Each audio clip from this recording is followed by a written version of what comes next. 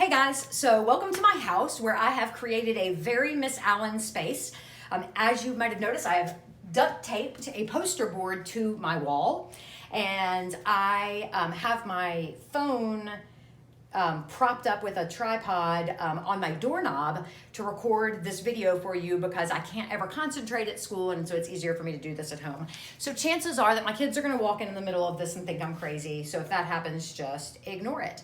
Today I'm here to talk to you about AP Language. What is AP Language? What are we doing in AP Language? And AP Language is a course that 100% focuses on rhetoric.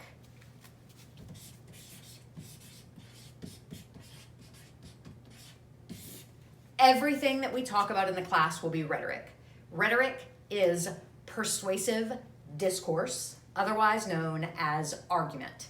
There is nothing that we will read and nothing that we will write that is not some sort of argument while you're in AP Language, because that is what the course is about. It is a course that studies how we argue and teaches you to analyze how people argue and to argue yourself. And in our society today, as polarizing as it is and as much bad information is out there, it is an essential skill for you as an informed citizen to be able to analyze people's arguments and to make effective arguments yourself. Remember, in our class, we are not going for winners or losers in arguments. We are going for academic argument, and that academic argument is going to help the person you're talking to understand your side better. You're not trying to embarrass them, humiliate them, dominate them, or win. You just want them to understand and grow their own academic argument and their own academic viewpoint. So that's what we're dealing with rhetoric. Now, every time you are given a text in this class, it will be a text that is rhetoric.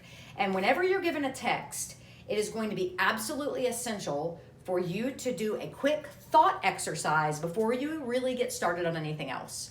Okay? Now, a text in this class could be a picture, it could be a photograph, it could be a painting, if they're argumentative in nature, if they're arguing a point. It could be an article, it could be a speech, it could be a commercial, it could be a billboard. Anything that we look at in this class, I'm going to call a text, even if there are no words on it. Okay, they're all going to be texts. And when you are looking at a text, the first thing you have to do in your brain is you have got to think through the rhetorical situation. Again, the rhetorical situation.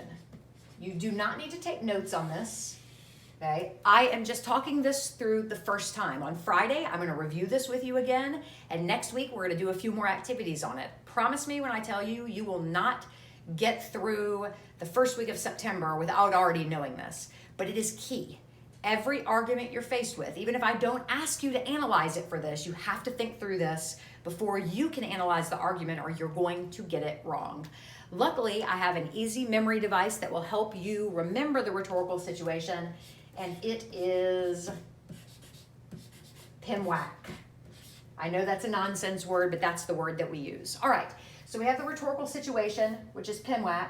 We have our text over here, and we also have something known as the rhetorical triangle that we will be adding to in our knowledge over over the next couple weeks. I did not invent the rhetorical triangle. I actually did invent this particular way to remember the rhetorical situation. It's actually also known as the Aristotelian triangle because Aristotle actually invented this idea. And his idea was that when you argue, you can think about argument in terms of three main points, which make it, of course, a triangle. So I am going to draw a triangle, an ugly one, around the text. Imagine that text fits in my triangle.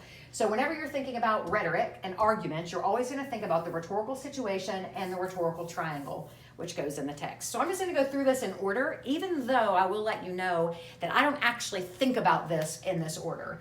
So the first thing on our little acrostic here is the P, and it stands for purpose. Okay, purpose. Purpose is the what do they hope to accomplish. Okay, what do they hope to accomplish? And I will take a picture of this and post it along with today's lesson. So what do they hope to accomplish? So let's think about the Austin Eubanks TED Talk you watched last week.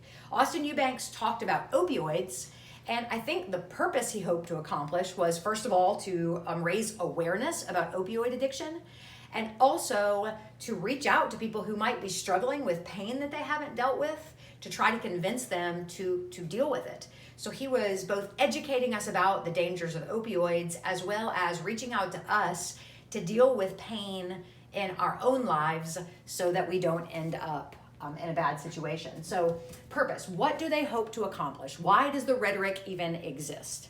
All right, the next thing that you have to know for the rhetorical situation is with the E, and it is a word you probably have not heard before, and the word is exigence. Exigence. And the exigence is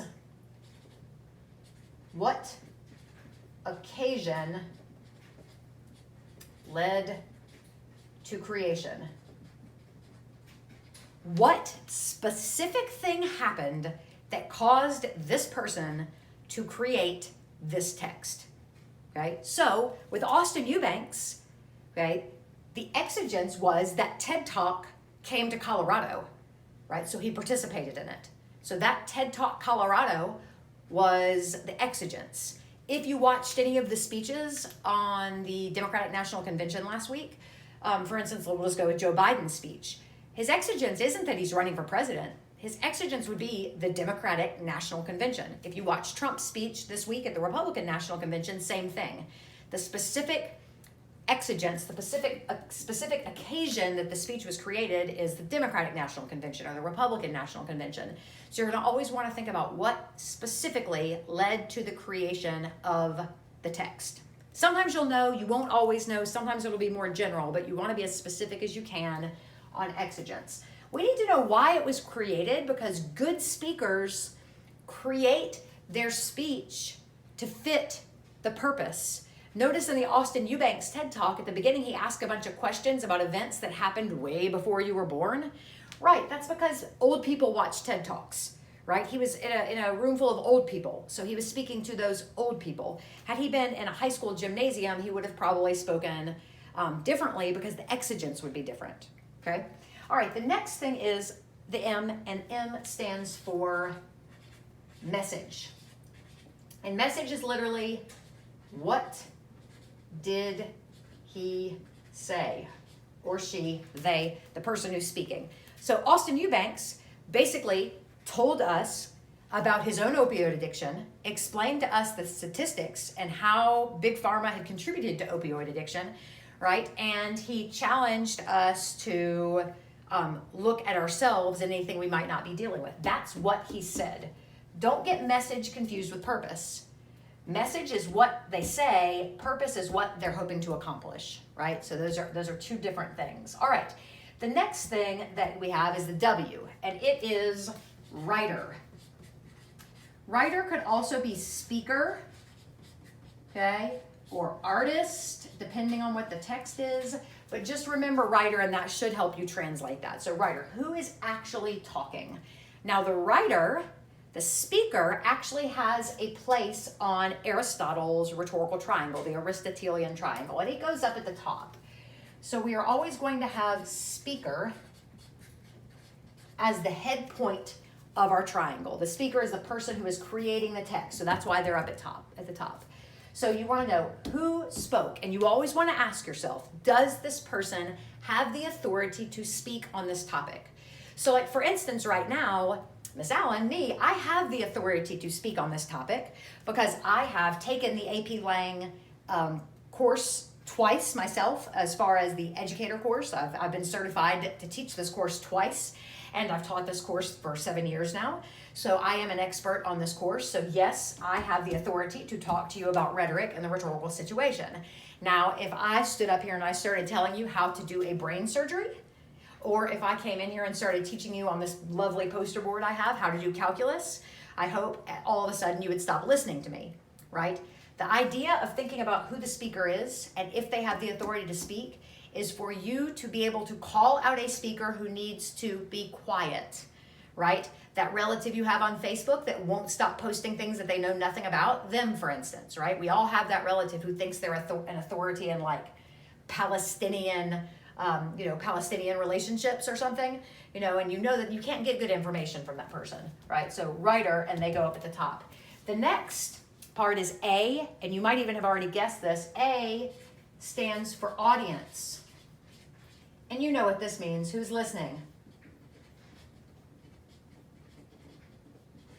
An audience also has a place on the rhetorical triangle, and audience goes down here. And when you see this represented, you're always going to see arrows between the two of them because there is an interplay between speaker and audience.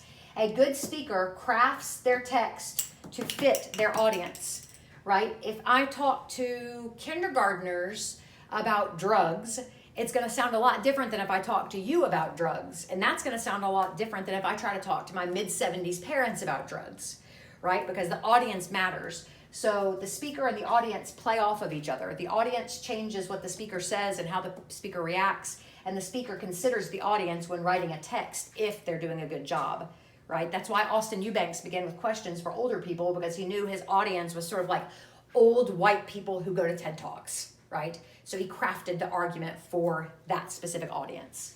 All right, so audience, who is listening? And that matters because it can affect the strategies a speaker uses to get their point across. And the last part of the rhetorical situation is probably the most difficult, and it is context. I'm also going to call this subtext because you're used to the idea of subtext in reading. Context is the unspoken stuff that the people in your audience all know that informs their speech, right? So I guess the best way I can describe this is if you imagine a Black Lives Matter sign. Okay, imagine a Black Lives Matter sign. And now imagine that you are a person or an alien, right, who happens to speak English, and you come down in your spaceship and you see a sign that says Black Lives Matter. I am assuming that your reaction would be like, right, yes, obviously, okay? Because you would not realize why this is political and charged, right? The reason you know that that sign is political and charged is because you live in America and you know the context or the subtext. You know why there are arguments about that sign, right? And so sometimes, even though someone is not talking about it, we all know that it's there.